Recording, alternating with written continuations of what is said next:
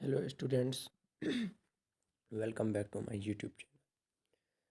आज के इस वीडियो में हम 299वां प्रश्न से करेंगे। पिछले वीडियो तक हमने 298 प्रश्न कर चुके हैं, तो 299वां प्रश्न जो हम करेंगे, इससे पहले आप लोग को बता दें कि अगर आपने अभी तक वे 3 वीडियो से पहले मैंने बनाए हैं, वो तीनों वीडियो नहीं देखे हैं, तो वो वीडियो जाके अवश्य देखें।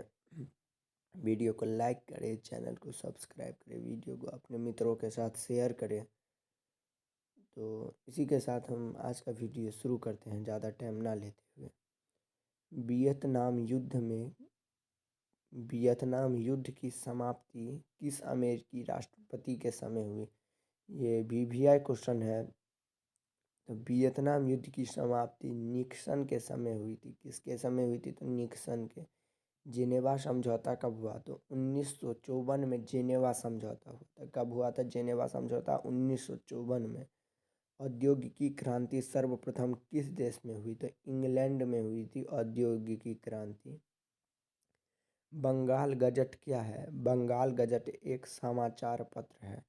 खारे जल की सबसे बड़ी झील कौन है? तो कैस्पियन खारे जल की सबसे बड़ी झील है। मूंगफली का सबसे बड़ा उत्पादक राज्य कौन है? तो गुजरात है मूंगफली का सबसे बड़ा उत्पादक राज्य। बरौनी में किस मार्ग से कच्चा तेल पहुंचाया जाता है? तो पाइपलाइन से पहुंचाया जाता है। पाइपलाइन का उपयोग करके बरौनी में कच्चा तेल पहुंचाया जाता है। मुंबई अंतर्राष्ट्रीय हवाई पत्तन का क्या नाम है? मतलब मुंबई अंतर्राष्ट्रीय हवाई पत्तन का नया नाम क्या है? तो छत्रपति शिवाजी हवाई पत्तन नाम, नया नाम उसका रखा गया है। कौन जिला आम की खेती के लिए मशहूर है? तो भागलपुर आम की खेती के लिए मशहूर जिला है।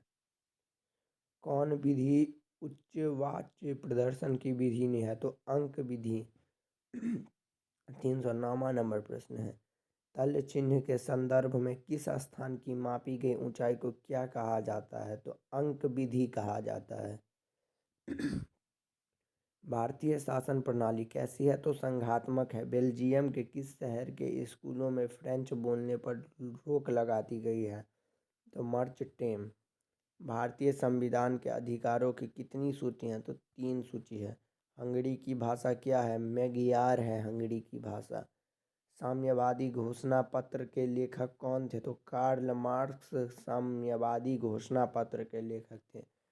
जलियांवाला बाग हत्याकांड के उपरांत किसका गठन किया गया था? तो हंटर समिति का गठन किया गया था। किसका किया गया था? हंटर समिति का। रंपा विद्रोह कब हुआ? तो 1916 में रंपा विद्रोह हुआ था। कब हुआ था? तो 1916 में। कौन हमारे देश से लुप्त हो चुके हैं? तो चीता हमारे देश से पूर्णतः लुप्त हो चुके हैं। यूरेनियम का प्रमुख उत्पादक स्थान कौन है? तो जादूगोरा है। पर्वतीय भाग में किस प्रकार के रेल मार्ग बनाए गए हैं? तो सकड़ी लाइन, मतलब पतली लाइन बनाई गए हैं। बिहार की कितनी भूमि कृषि के अंतर्गत आती है? तो 3/4। बिहार में मकई का सर्व प्रमुख उत्पादन क्षेत्र कौन है? तो गंगा से सटे उत्तरी इलाका। प्राकृतिक मानचित्र में मरुभूमि को किस रंग में प्रदर्शित किया जाता है? तो पीला रंग में किया जाता है। किस रंग में? पीला रंग में। भारत में कहाँ औरतों के लिए आरक्षण की व्यवस्था है? तो पंचायती राज संस्थाएं में। कहाँ? पंचायती राज संस्थाएं में। भारत में किस तरह के लोकतंत्र की व्यवस्था की गई है? तो अप्रत्यक्ष लोकतंत्र की व्यवस्था की गई है।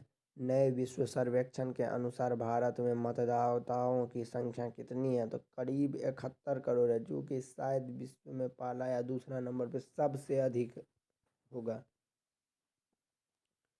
विधिग्रह मुद्रा कौन है? तो नोट और सिक्के। विनिमय का सर्वोत्तम माध्यम क्या है? तो मुद्रा ही विनिमय का सर्वोत्तम माध्यम है। सूचना का अधिकार अधिनियम कानून कब लागू हुआ? तो 2005 में लागू हुआ था। भारतीय संविधान के अनुच्छेद 19 में भारतीय संविधान के अनुच्छेद 19 में देश के सभी नागरिकों को कौन सा मूल अधिकार दिया गया है? तो समानता का अधिकार। इसको वैसे आप लोग एक बार चेक भी कर लीजिएगा। किसने कहा बिहार के विकास के बिना भारत का विकास संभव नहीं है? एपीजे अब्दुल कलाम ने कहा था ये। बोलिविया में जन संघर्ष का मुख्य कारण क्या था? तो पानी की कीमतों में वृद्धि। वेदों की और लोटो नारा किसने दिया था? स्वामी दयानंद सरस्वती ने दिया था। नई आर्थिक नीति में किसे सम्मिलित नहीं किया गया है? तो नियंत्रित अर्थव्यवस्था को सम्मिलित नहीं किया गया है नई आर्थिक नीति में। WTO की स्थापना किस वर्ष हुई? तो 1995 में WTO की स्थापना हुई थी। और इसी के साथ हमने 334 प्रश्न कर लिया है।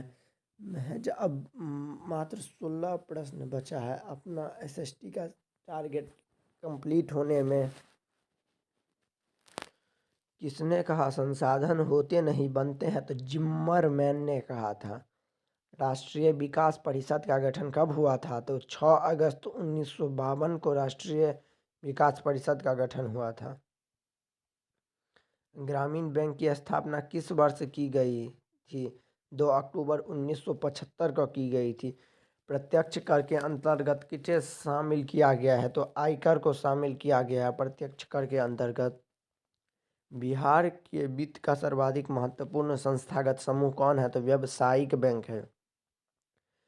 देश में अभी कार्यरत क्षेत्रीय ग्रामीण बैंकों की संख्या कितनी है? 196। कितनी है? 196, 196। नारवडा की स्थापना कब की गई? 1982 में की गई थी नारवडा की स्थापना। राज्य में कार्यरत केंद्रीय सहकारी बैंकों की संख्या कितनी है? तो 25 है। कितनी? 25 है। भारत में समूह वित्त की शुरुआत किस दशक के बीच हुई? तो 1990 के दशक के बीच भारत में समूह वित्त की शुरुआत की गई थी। सहकारिता के विकास पर किस पंचवर्षीय योजना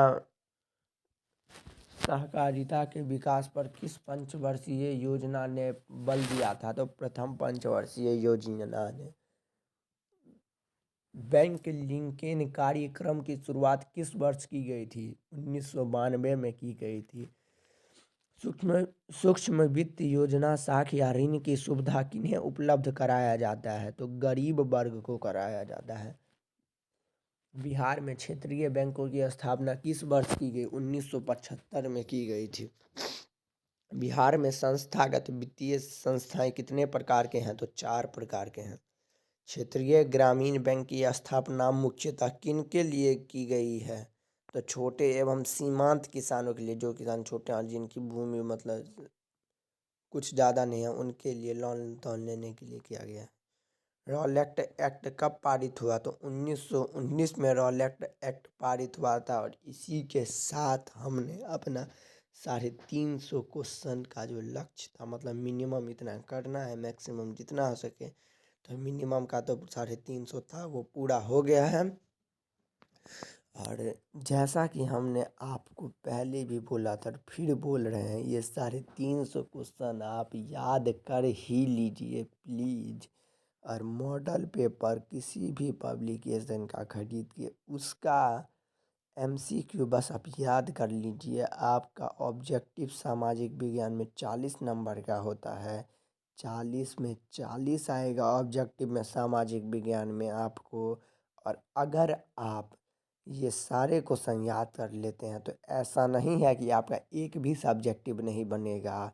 सब्जेक्टिव आपका निश्चित 10-20 नंबर का बन ही जाएगा अगर आप ये याद कर लेते। अच्छे से याद कीजिएगा। और पिछले वीडियो को तो जाके ज़रूर बार बार देखते रहिएगा ताकि दिमाग पे बैठ जाए वीडियो। हर एक क्वेश्चन को दिमाग पे बैठा लेना है, चिपका लेना है एक तरह से। एग्जाम में कुछ मत भूलिएगा। और इसी के साथ अभी हम SST यहीं पे समाप्त करेंगे।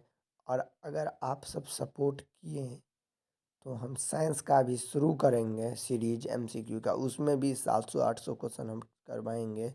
मतलब कि 700-800 मॉडल पेपर लगा के हो जाएगा। वैसे हम आपको 350-400 तक उसमें भी क्वेश्चन ज़रूर करवा देंगे। और उसके बाद हिंदी और संस्कृत का भी हम करवाएंगे। बस आप लोग सपोर्ट देते रहिए। अपने मित्रों के साथ आप लोग चैनल को शेयर नहीं करते हैं, अपने मित्रों के साथ भी शेयर कीजिए। उनको भी बोलिए वो भी अपने मित्रों को करे शेयर। और चैनल को सब्सक्राइब कीजिए, वीडियो को लाइक कीजिए। और हम बोल ही क्या सकते हैं, जो हमको बोलना था वो तो बोल दिए हैं। इस सबको बस याद करते ही रहिए और इसी के साथ हम अपना वीडियो को यहीं पे समाप्त करना चाहेंगे।